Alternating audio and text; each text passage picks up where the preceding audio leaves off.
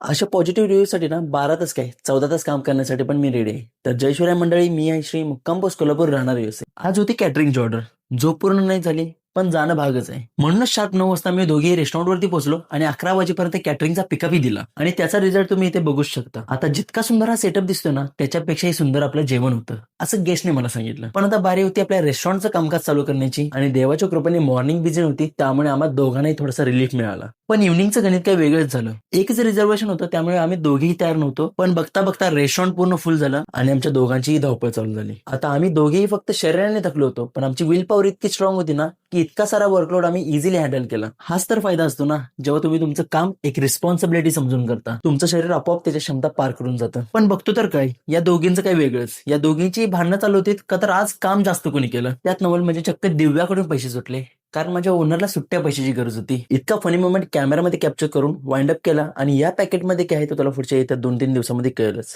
बसलो BMW मध्ये आणि पोहोचलो एका बॉलिवूड पार्टीला. तिथेही आमच्या दोघांचा एन्जॉय कोक सोबतच झाला आणि चक्क पहाटे 4 वाजता घरी जाताना आयोग मधून ब्रेकफास्ट पिकअप केला आणि निघालो घरी. जय शिवराय.